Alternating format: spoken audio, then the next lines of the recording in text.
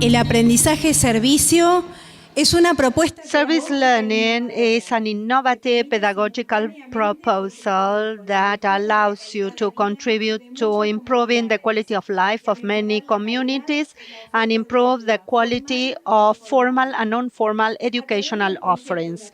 Through service learning projects, children, adolescents, and young people can apply what they learn in the classrooms in the community to serve the community's needs.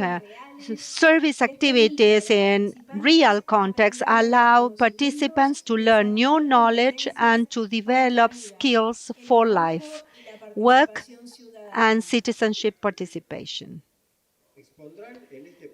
In this panel, we will have Mariano da Silva from the Capitán Juan de Ceballos Kindergarten School from Valle Hermoso in the province of Córdoba. José Alberto Caro from the Technical Center number 18 from Villa Regina, Rio Negro. Matthew Pink from the Catholic University of Australia, and Rosita De Angelo from the Teachers Training Council from Uruguay. Alejandro Gimeli will be the moderator. He belongs to the CLAYSS team. Holders. Thank you. Bueno, una rigurosidad con el tiempo. She was great with time. All right. So now I'm going to introduce Dr. Professor José Caro, who teaches at the Technical Education Center in number 18 in Villa Regina. He's a mechanical technician. He is also a food control and safety technician. He is a high school teacher in the vocational technical course. He is also a teacher on ICTs at the higher education, and he also has a diploma on Industry 4.0 from the National Technological University from Resistencia. Jose, you have 8 minutes. Good morning.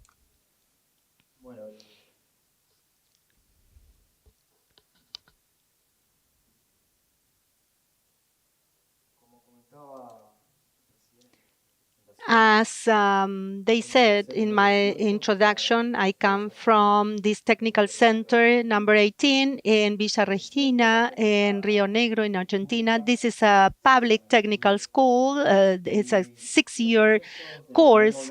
And the project that I'm going to present is called Pass Braille.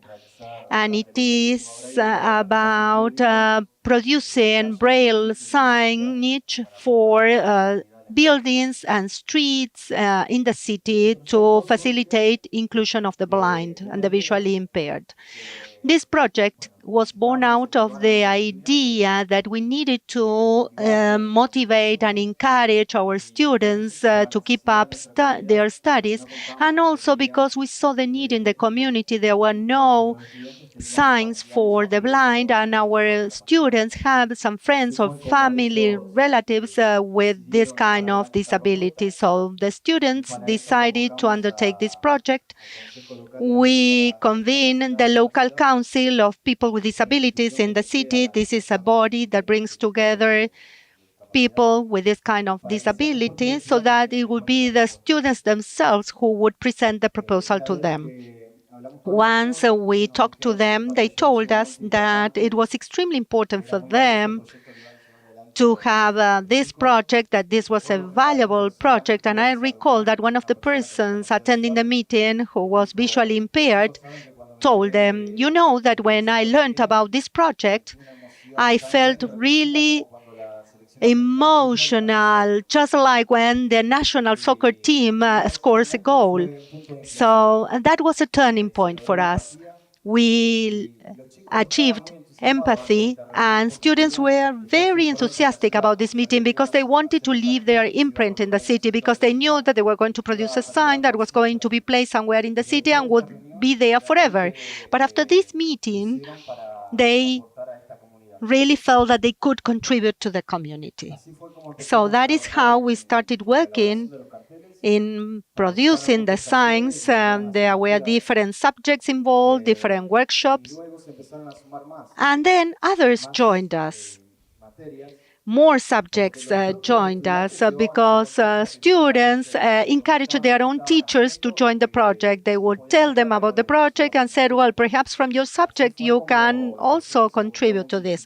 So it became a multidisciplinary project. It became part of the institutional educational project, and we worked with subjects like language, technical drawings, maths, among others. Once we started getting some results, academic results, and we realized that we had to go out and put up the signs, we realized that we needed other institutions from our city. So we brought in the special school that would contribute their knowledge in the Braille system, the municipal government that had to authorize the installation of the signs and help us put them up. So all the institutions were invited to come to our school so that students would be in the meeting and would be the ones leading the meeting and raising our needs. Then we started installing the signs in our city, and we realized that there was a big need there. So it was not something that we could solve with one school project.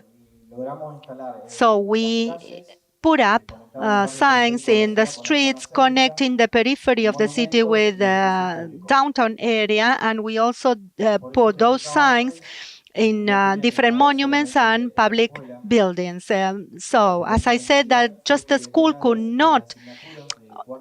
alone could not do this, so we started working on a project for municipal regulations with students from another course to ensure that there will be signs included in the future. So the students put together that draft bill, they submitted it to the council, the city council, and it was passed. And since then, we have that in place. Then we started an awareness raising campaign for people to know that they have to protect those signs and also to defend the rights of people with disabilities. When the project started growing even further, it went out of our city, and teachers from other schools in the same province started approaching us to ask us for information so that they could replicate this in their own cities. So training was delivered by the students themselves. And when the pandemic started, because we were all confined, we continued providing training online. That is how we left our province and we started sharing our experience with schools in other provinces across the country. And we also provided face-to-face and online training. And through social media, we reached other parts of the world. We gave advice to individuals and NGOs that asked us about this, and we even sent signs to France. Because of all this, the community of people with disabilities in our school found a place where their needs were listened to and their suggestions were taken into account. So they approached us and they told us about another need. They needed white canes, the canes that visually impaired and blind people use. In the marketplace, there is not a whole range of white canes commercially available depending on the height of these people. So this is another project that is called Inclusive White Cane. And it also followed the same path. It became multidisciplinary. It involved different subjects. So most of the white canes are used by children. So thanks to these projects, these service learning projects, our school was able to provide quality education to our students. We were also able to connect with other institutions in our own city and also in other places. Today, our students are recognized by the community, and that is very important for us. That's all. Thank you.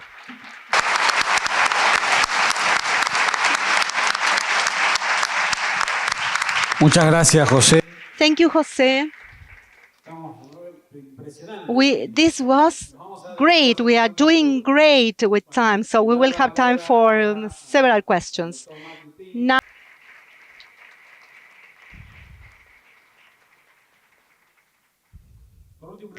finally, a question for Jose, here to my left. I had the chance to speak before this panel with Jose and Mariana. I didn't have that opportunity with Matthew, but I had the chance to talk to them about their own projects because I wanted to find out more about this question. That is why I'm asking this question here. When you describe your project, and based on our previous conversation, we see some evolution in institutional growth of the project. I loved this image where the students were bringing the teachers. I want you to participate in this project. I want your subject to be included here in this project. I want to learn that content here. So they brought in more teachers and then organizations, and they set up a network. So the project grew and even expanded. So what would you tell to the teachers who are listening to us about institutional growth of projects, how you can also take it outside your institution? And any service learning project can be done on your own, alone. What's your opinion? All right, so I would say that although the first initiative may be individual, you cannot run a project alone. Working in an interdisciplinary manner with other institutions make it more enriching because you can have more achievements. In our school, for instance, when we started working with some subjects. But then students were bringing in some other teachers, or some teachers would also volunteer to participate. So we ended up having teachers of all the courses of the technical school from the first to the sixth year. So basically we had the entire school working on these projects. Everyone could talk about the same thing. So that was quite rich. It's not something that you can do on your own, alone, especially when dealing with the community. We approached some institutions because we needed their help, but then the entire community joined us. Some people would come to see the students because they needed to have electricity at home. So the neighbors would ask questions to the students, so they would give them a glass of water, and then they started making their own contribution. We weren't expecting that reaction. So all sectors need to be involved, and when that happens, you achieve a significant level of synergy, and everything is much more enriching. Thank you.